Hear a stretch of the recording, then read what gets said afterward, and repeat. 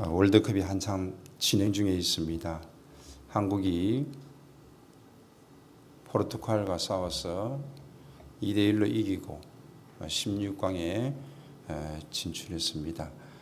아마 전 국민이 환호하면서 밤잠을 설쳤을 것입니다. 그런데 우리가 승리하고 난 다음에 경우의 수를 봐야 되는데 우루과이와 가나가 지금 게임을 하고 있는데 우루과이가 2대0으로 이기고 있습니다. 이제 가나는 이길 가망성이 없기 때문에 포기하고도 남음이 있는데 가나는 포기하지 않았습니다. 만약에 3대0이 되어지면은 우루과이가 한 골만 더 넣으면은 한국은 경우의 수에 밀려서 이거 꺼주세요. 경우의 수에 밀려서 16강 꿈이 좌절되어집니다. 그런데 7분 남았는데 그것을 보여주는데 가나가 계속해서 시간을 끕니다. 공을 잡으면 시간을 끌고 또 선수 교체도 합니다. 2분 남았는데 시간이 얼마 남지 않는데 선수 교체도 하고 시간을 자꾸 끕니다. 가나가 왜 그랬을까요? 2010년도 8강 때 우루과이와 가나가 게임이 있었습니다. 그때에 가나가 찬 골을 다 들어갔는데 우루과이의 수아레즈 선수가 그걸 손으로 이렇게 막았습니다. 막고 경고를 먹고 페널티킥이 선포되었는데 그 페널티킥이 실축이 되어서 결국에는 가나가 우루과이에게 져서 4강 진출의 꿈이 무너졌습니다. 그때 수아레즈는 사과할 용의가 있느냐 그럴 때 사과하지 않겠다. 페널티킥을 실수한 그들의 실수다. 가나는 2010년도 이 8강전 게임을 그들은 기억하고 우루과이를 만났을 때에 물귀신 작전으로 들어간 겁니다. 우리가 못 갈 바에 너희들도 같이 못 가자.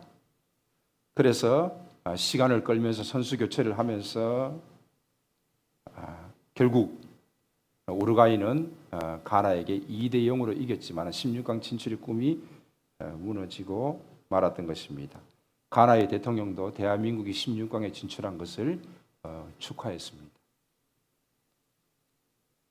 가나 사람들은 응원석에서 졌음에도 불구하고 코리아 코리아를 외쳤습니다. 우루과이는 눈물을 흘려야만 했습니다. 가나가 이렇게 싸우는데도 다 이유가 있었습니다. 자, 오늘 보면은 예수님께서 세례를 받으시는데 그 예수님이 세례를 받으시는 이유가 뭘까요?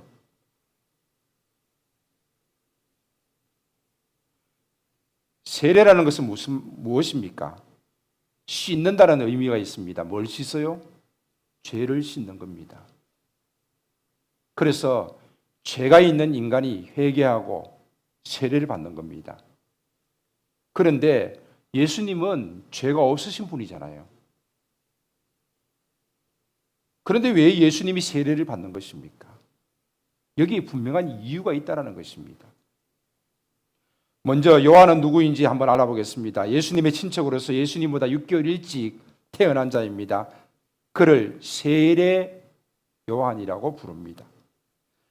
광야에 외치는 자의 소리라고도 소개되어집니다. 그는 예수님의 최초의 증언자입니다. 말라기 이후에 400년의 침묵을 깨고 나타난 선지자입니다. 사람들은 엘리야이냐 질문했습니다. 엘리야가 아니라. 세례 요한의 첫 외침은 회개하라 천국이 가까웠느니라 라는 말씀이었습니다. 예수님의 말씀도 역시 마찬가지입니다. 회개하라 천국이 가까웠느니라. 그렇게 외치고 난 세례 요한은 세례를 베풀었습니다. 하나님의 나라가 오고 있다고 경고함으로 인하여서 그는 자신의 뒤에 오실 왕 예수님을 예비하는 자였습니다. 헤롯이 동생 필립의 아내 헤로디아의 일로 인하여서 이것을 지적하는 요한을 미워하여서 요한을 잡아서 옥에 가두었습니다. 자신의 동생의 아내를 취한 이 헤롯은 세례 요한을 죽이고 싶었습니다. 그러나 많은 사람들이 선지자로 여기면서 따르는 거로 두려워하였습니다. 죽이지 못하고 감옥에 가두고 두고 있는데 헤로디아의 딸이 헤롯의 생일날 춤을 추면서 그를 기뻐할 때에 내 소원이 무엇이냐? 무엇이든지 들어주겠다. 그때에 헤로디아의 딸은 감옥에 있는 세례 요한의 목을 요구했습니다. 많은 사람 앞에 약속한 이 헤롯은 세례 요한의 목을 쳐서 소반에 담아서 그것을 가져오게 했습니다. 예수님은 여자에게서 난 자 중에서 가장 큰 자라고 세례 요한을 칭송했습니다. 이 세례 요한이 마태복음 3장에서 그의 외침으로 인하여서 등장합니다. 하나님의 나라가 가까웠으니 회개하라, 천국이 가까웠느니라. 자, 지금 이 요한의 외침을 듣고 있는 이들은 누구입니까? 회개하라, 천국이 가까웠느니라 외치고 있는데 이 외침을 듣고 있는 자들이 누굽니까? 바로 유대인들입니다. 자신들은 하나님의 백성이요 구원받은 자로 생각하는 이들입니다. 이들에게 회개하라, 천국이 가까웠느니라 외치고 있는 것입니다. 죄가 무엇입니까? 세례 요한은 지금 하나님의 백성이요 구원받은 자라고 생각하는 그들에게 너희는 죄인이라는 것입니다. 그러므로 회개하라는 것입니다. 그럼 죄가 뭡니까? 도둑질하는 것입니까? 시기하고 질투하는 것입니까? 살인하는 것입니까? 도덕적인 것이고 율법적인 것 물론 죄지요. 그러나 성경에서 말하는 죄는 무엇입니까? 바로 하나님을 하나님으로 인정하지 않는 것입니다. 하나님과의 관계가 멀어진 것입니다. 창조주 하나님으로부터 멀어진 것이 바로 죄라는 것입니다. 탕자가 아버지의 유산을 가지고 아버지의 집을 떠나서 먼 나라로 가버렸습니다. 더 이상 그는 아버지의 영향권 아래 있기를 원치 않았던 것입니다. 바로 이것이 죄입니다. 그는 아버지께로 돌아옵니다. 그것이 회개입니다. 회개는 바로 아버지께로 돌아오는 것입니다. 하나님께로 돌아오는 것입니다. 하늘과 아버지께 죄를 지었사오니 나는 아버지의 아들이라 감당치 못하겠습니다. 나를 품꾼의 하나로 보소서 하면서 그는 아버지 집으로 돌아옵니다. 아버지는 그를 기다리고 있었습니다. 거리가 먼데도 불구하고 거지꼴이 되어 돌아오는 아들을 알아보고 달려가서 끌어안고 그를 맞이하면서 새 옷을 입히고 손에 가락지를 끼우고 발에 신을 신기고 잔치를 베풉니다. 바로 아들로 인정하는 것입니다. 바로 이것이 회개입니다. 아버지께로 돌아오는 것, 하나님께로 돌아오는 것, 하나님과의 관계가 회복되어지는 것, 바로 이것이 회개입니다. 회개는 은혜가 아니면은 도무지 일어날 수가 없습니다. 내가 죄인이다? 아무도 인정하지 않습니다. 사람들은 저마다 잘난 맛에 삽니다. 나는 잘났다. 특히 남자들은 제 잘난 맛에 삽니다. 거울을 보면 남자들은 다 자기 몸이 이만하면 준수하다고 생각합니다. 그러면서 배를 넣고 가슴을 내밀면서 근육을 한번 뿜어내면서 나는 이만하면 내 몸은 훌륭해라고 생각하는 사람들이 대부분 남자라고 생각합니다. 여자들은 날씬함에도 불구하고 내 몸은 왜 이리 뚱뚱할까? 왜 이리 뚱뚱해? 살 좀 더 빼야 되는데, 늘 그러는 게 여자라는 거예요. 어쨌든 인간은 잘난 맛에 삽니다. 자신이 죄인이라고 생각하는 사람이 없어요.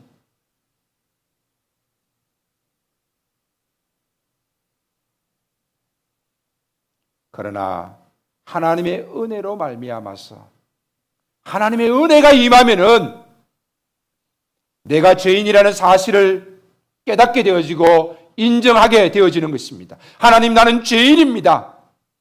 나는 아버지의 아들로 가는 것이 아니라 아버지 집에 품꾼으로 가겠습니다. 탕자가 그렇게 생각하면서 아버지 집으로 돌아간 것처럼 우리는 하나님 앞에 죄인됨을 인정하는 것입니다. 바로 이것은 하나님의 은혜가 없으면 도무지 일어날 수 없는 일입니다. 예수님이 나의 죄를 위해서 죽었다고요? 나는 죄인이 아닌데 나는 예수님과 무슨 상관이 있습니까? 라고 생각할 수 있습니다. 회개는 단순히 도덕적으로 율법적으로 좀 더 나아진 모습을 이야기하는 것이 아닙니다. 마음이나 태도의 변화 정도가 아닙니다. 죄에서 돌이키는 것입니다. 하나님께로부터 멀어졌던 우리의 마음과 삶을 하나님께로 마음을 온전히 하고 삶을 온전히 하나님 중심으로 살아가는 것입니다. 세례 요한의 그 당시 외침은 많은 사람들에게 새로운 것이었습니다. 놀라운 것이었습니다. 많은 사람들이 죄를 인정하고 요한에게 나와서 세례를 받습니다. 엄청난 일이었습니다. 바리새인과 사두개파 사람들이 세례 요한에게 세례를 받으러 올 때에 세례 요한은 그들을 보면서 독사의 자식들아 책망하고 있습니다. 아니, 지금 자기에게 세례를 받으러 오는 그들에게도 독사의 자식들아, 회개에 합당한 열매를 맺으라 책망하면서 유혹하고 있습니다.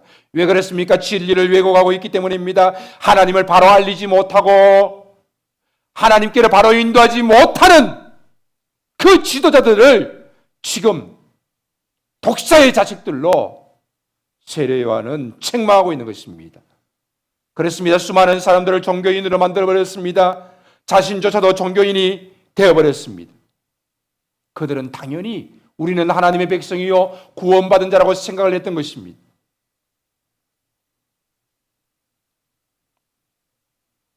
하나님을 하나님으로 바로 알지 못하고 나 자신이 어떠한 존재인지 바로 깨닫지 못하고 그저 나는 교회만 왔다 갔다 하면은 구원받은 하나님의 자녀처럼 착각하고 있다라면은 바로 세례 요한의 이 책망은 바로 우리의 것이 되어지는 것입니다. 기독교인이 된다는 것은 종교인이 되는 것이 아닙니다. 창조주 하나님과의 관계를 가지게 되는 것입니다. 성령 하나님과의 교통이 있고 성자 예수님의 은혜를 알고 예수 그리스도와 깊은 관계 속에 살아가는 것이 바로 기독교인입니다. 하나님을 기쁘시게 하는 것은 종교에서 시작되는 것이 결단코 아닙니다. 길이요 진리 되신 그리스도 예수 그리스도와 관계를 맺음으로 아버지께 나아갈 수 있으며 하나님을 기쁘시게 할 수 있는 것입니다. 세례는 씻는다. 죄를 씻는다라는 그런 의미입니다. 예수님께서 요한에게 세례를 받으러 오셨습니다. 요한은 말합니다. 자신이 선생님께 세례를 받아야 할진데 어찌 제게 오셨습니까? 예수님은 죄 없으신 분이십니다. 하나님이 인간의 몸을 입고 오셨기 때문에 하나님은 죄 없으신 분이시요 예수님도 죄 없으신 분이십니다. 모든 사람이 죄를 범하였음에 의인은 없나니 하나도 없지만은 이 땅에 단 유일하게 인간의 몸을 입고 오신 예수님은 죄가 없으신 분이십니다. 그 죄 없으신 예수님이 우리의 죄를 위하여서 계속의 제물로 이 땅에 오신 것입니다. 보라, 세상 죄를 지고 가는 어린 양이로다. 한 마리 어린 양처럼 그분은 우리의 죄를 위해서 이 땅에 오셨던 것입니다.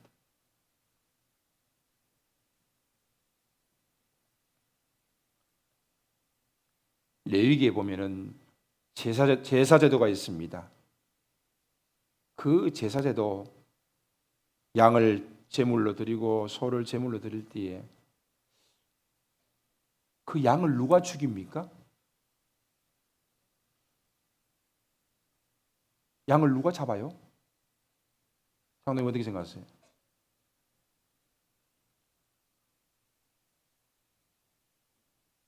제사장이 잡아요. 그러면요. 예? 같이 바치는데 그래. 자, 제물로 가족 끌고 왔어요. 죽여야 되잖아. 죽여야지 그 제단 위에 올리잖아요. 누가 죽여요? 바치는 사람이. 언제 배웠어요? 어유, 정확하네. 그 제물을 바치는 자가 제물을 죽입니다. 양을 잡아본 사람들이 이야기합니다. 양을 칼로 멱을 따는데 양은 정말 순한 동물이에요. 자신의 죽음 앞에서도 결코 막 바둥거리거나 도망가려거나 그러지 않는데요.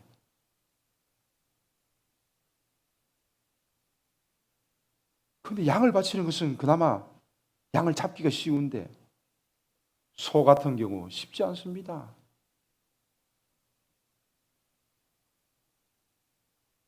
물론 소를 드리는 경우가 백성들에게 있어서 평생에 한 번 있을까 말까 한 일이겠지요.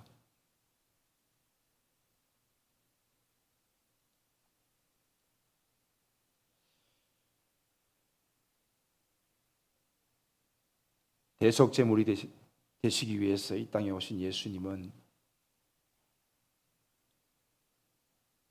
세상 죄를 지고 하는 어린 양처럼 순종하셨습니다. 그처럼 그분은 죄가 없으신 분이십니다. 그런데 어떻게 그분이 세례를 받습니까? 회개하라, 그리고 세례를 받으라. 예수님은 뭘 회개해요? 예수님은 무슨 세례를 받아요? 왜 세례 받으셨지요? 죄가 없으신 분이신데 왜 예수님이 세례를 받으셨지요? 그분이 인간의 몸을 입고 오셔서 죄를 지은 것입니까? 죄 많은 세상에 사시면서 죄에 오염되신 것입니까? 그도 역시 죄인이 되어버린 것입니까? 아닙니다. 그분은 분명히 인간의 몸을 입고 오신 하나님이십니다. 죄인을 위해 대속하기 위해서 오신 그분은 죄가 없으시기 때문에 죄인을 위해서 대속할 수 있는 것입니다. 그렇다면 죄가 없으신 예수님은 왜 세례를 받으신 것입니까?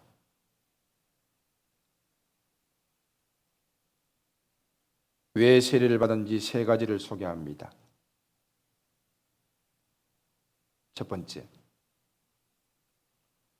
요한과의 대화 가운데 그 답이 있습니다. 마태복음 3장 15절에 모든 의를 이루는 것이 합당하니라 이렇게 말씀하시면서 예수님은 세례를 받으십니다. 즉 의를 이루기 위해서 세례를 받으셨다는 것입니다. 자, 그렇다면 의가 뭡니까? 의가 뭐예요? 의가 뭡니까?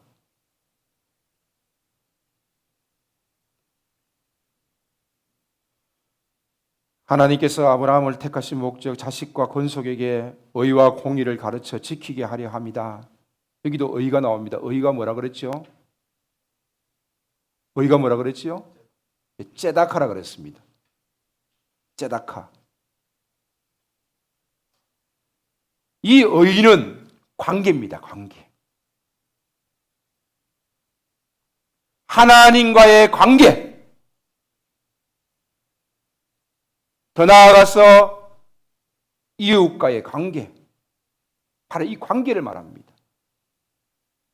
하나님과의 바른 관계를 가지기 위해서, 이웃과의 바른 관계를 가지기 위해서 이 의가 필요합니다. 이 바른 관계는 도리가 따라옵니다. 바른 도리가 있어야 됩니다. 하나님 앞에 내가 어떤 도리를 행해야 합니까? 이웃에게 바른 관계를 가지기 위해서 내가 어떤 도리를 행해야 합니까? 마땅히 해야 될 일이 있다는 것입니다.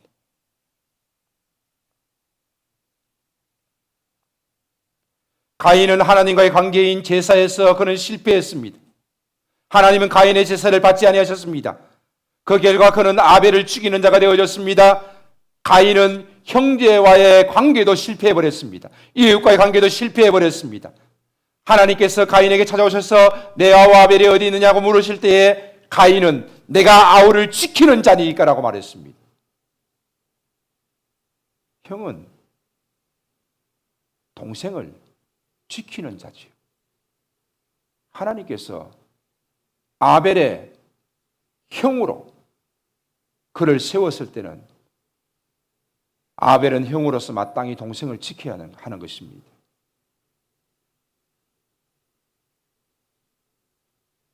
그럼에도 불구하고 내가 내 아우를 지키는 자입니까? 라고 대꾸하면서 그는 하나님과의 관계를 파괴시켜버렸습니다. 형제와의 관계도 파괴시켜버렸습니다. 바로 이 의는 관계입니다. 관계. 모든 의를 이루는 것이 합당하다. 하나님과의 관계, 또 이웃과의 관계, 이것을 이루는 것이 합당하다는 것입니다. 그것을 이루시기 위해서 예수님께서는 바로 세례를 받으신 것입니다. 두 번째, 요한복음 1장 31절에 보면은 그를 이스라엘에 나타내려 함이다라고 말하고 있습니다. 예수님을 이스라엘 가운데 나타내기 위해서 예수님께서는 세례를 받으셨다는 것입니다. 왜 예수님을 이스라엘에 나타내야 하는 것입니까? 바로 예수님은 구원자시기 때문입니다. 그분의 구원 사역을 이루시기 위해서 세례를 통하여서 예수님은 자신을 나타내셨던 것입니다.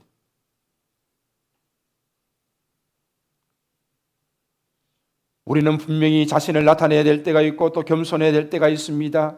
자신을 숨겨야 될 때가 있고 자신을 나타내야 될 때가 있습니다. 왼손이 하는 일 오른손이 모르게 하라고 했습니다. 구제하는 일들은 그렇게 해야 합니다. 그러나 교회가 무슨 일을 할 때에는 빛처럼, 세상의 빛처럼 선한 일들을 해야 하는 것입니다. 오늘 예수님께서는 세례를 통하여서 자신이 구원자이시고 그 구원 사역을 이루기 위한 자이심을 나타내고 있는 것입니다. 세 번째, 예수님께서 세례받으신 이후의 모습을 마태는 기록하고 있습니다. 성령이 비둘기같이 세례받으시는 예수님 위에 임했습니다. 하늘이 열리고 성부 하나님께서 음성을 주셨습니다. 이는 내 사랑하는 아들이요 내 기뻐하는 자니라라고 말씀하고 있습니다.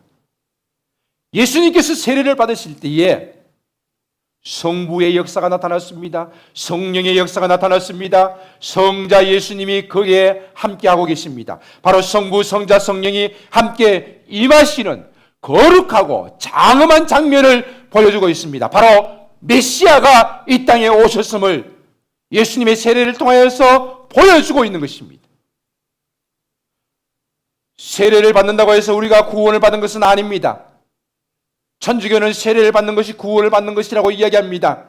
하지만 구원받은 하나님의 자녀들은 세례를 받아야 하는 것입니다. 세상과 구별하신 거룩하신 교회의 멤버가 되는 것입니다. 그 멤버십을 가지게 되는 것이 바로 세례를 받는 것입니다. 세례를 받지 아니하면 우리는 멤버십을 가질 수가 없습니다. 신앙생활만 잘하면 되지 무슨 세례를 받아야 되는가라고 생각하는 사람이 있습니다. 저도 그렇게 생각했습니다. 신앙생활만 잘하면 되지 무슨 집사가 되어지고 권사가 되어지고 장로가 되어져야 되는가 라고 생각할 수 있습니다.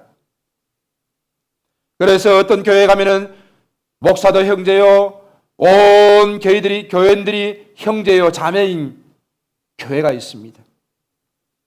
물론 그렇게 부른다고 해서 다 이단은 아닙니다만은 냄새가 아주 짙게 납니다. 그 교회에는 목사도 없고 집사도 없고 권사도 없고 장로도 없습니다. 신앙생활만 잘하면 되지 무슨 직분, 내가 하나님 앞에 잘 쓰면 되지.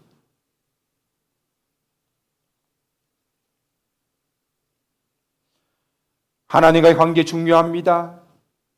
그러나 또한 교회와의 관계도 중요합니다. 교회 속에서 여러분들이 세례를 받은 것은 이것을 인정하는 것입니다. 집사의 직분을 받은 것은 이것을 인정하는 것입니다. 그런데 세례를 받고 집사도 되어졌는데 권사는 싫어요, 장로는 싫어요, 안수 집사는 싫어요, 부담이 돼요? 아니지요. 우리의 관계는 시간이 지나면 지날수록, 신앙이 깊어지면 깊어질수록 관계도 깊어지는 것입니다. 세례도 임직도 하나님과의 관계와 교회와의 관계 속에서 받아들이는 것입니다. 예수님께서 세례를 받으신 것처럼 말입니다. 세례에 하나님의 은혜가 있어야 합니다. 임직도 하나님의 은혜가 있어야 합니다. 직분에도 하나님의 은혜가 있어야 합니다. 세례를 통하여서 믿음과 순종의 모습을 이루었던 것처럼 작은 직분을 받아들일 때의 믿음과 순종을 가졌던 것처럼 우리가 권사가 되어지고 안수집사가 되어지고 장로가 되어질 그때에도 우리는 믿음과 순종의 모습을 가질 필요가 있다라는 것입니다. 우리는 우리의 모든 신앙의 모습 속에서 믿음과 순종의 모습을 나타내야 하는 것입니다. 구원받은 하나님의 자녀로 살아가는 것 중요합니다. 그러나 하나님께서 예수 그리스도의 피로 값주고 세우신 교회의 직분자로서, 중직자로서 섬기면서 겸손하게 살아가는 것 또한 중요하다는 것입니다. 우리의 신앙은 우리의 삶 속에서 삼위일체 하나님을 고백합니다. 그리고 그 성자 예수님께서 이 땅에 오셔서 겸손하게 인간의 몸을 입으시고 세례를 받으신 것처럼 우리 역시 겸손하게 우리에게 주어진 직분 앞에서 믿음과 순종의 모습을 가질 필요가 있다는 것입니다.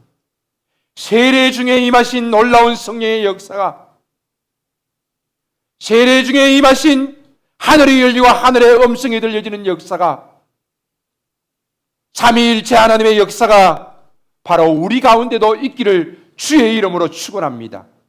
CCC의 한 자매가 하나님의 음성을 들으면서 그 하나님의 음성 앞에 감격하고 그 은혜 앞에서 믿음의 모습을 살아가고 있습니다. 그때 어느 한 사람이 물었습니다. 너는 무슨 하나님의 음성을 듣느냐라고 말했습니다. 그게 어떻게 하나님의 음성이냐고 말했습니다. 하나님의 음성인지 어떻게 아느냐라고 말했습니다. 그때에 이 자매는 이렇게 대답했습니다. 자녀는 아버지의 음성을 아는 것이 당연합니다. 그렇습니다. 내가 하나님의 자녀인데 하나님의 음성을 아는 것이 너무 당연하지. 하나님의 음성이 여러분에게, 각 사람에게 개인적으로 들려질 수 있기를 바랍니다. 그 하나님의 음성을 듣기 위해서 여러분들이 기도해야 합니다. 그 하나님의 음성을 듣기 위해서 여러분들은 하나님의 말씀 앞에 귀를 기울여야 하는 것입니다. 세상의 소리에 여러분들이 귀를 빼앗기지 마십시오. 마음을 빼앗기지 마십시오. 마음을 집중하여서 귀를 기울여서 하나님의 음성에 귀를 기울인다면 여러분들은 하나님의 음성을 들을 수 있을 것입니다. 하늘이 열리는 것을 볼 수 있을 것입니다. 성령이 비둘기같이 임하는 것을 체험할 수 있을 것입니다.